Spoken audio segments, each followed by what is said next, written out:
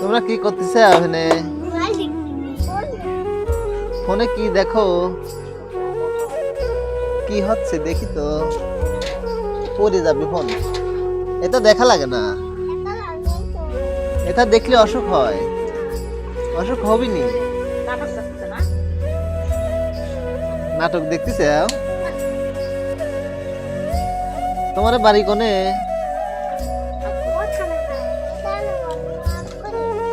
Atgharia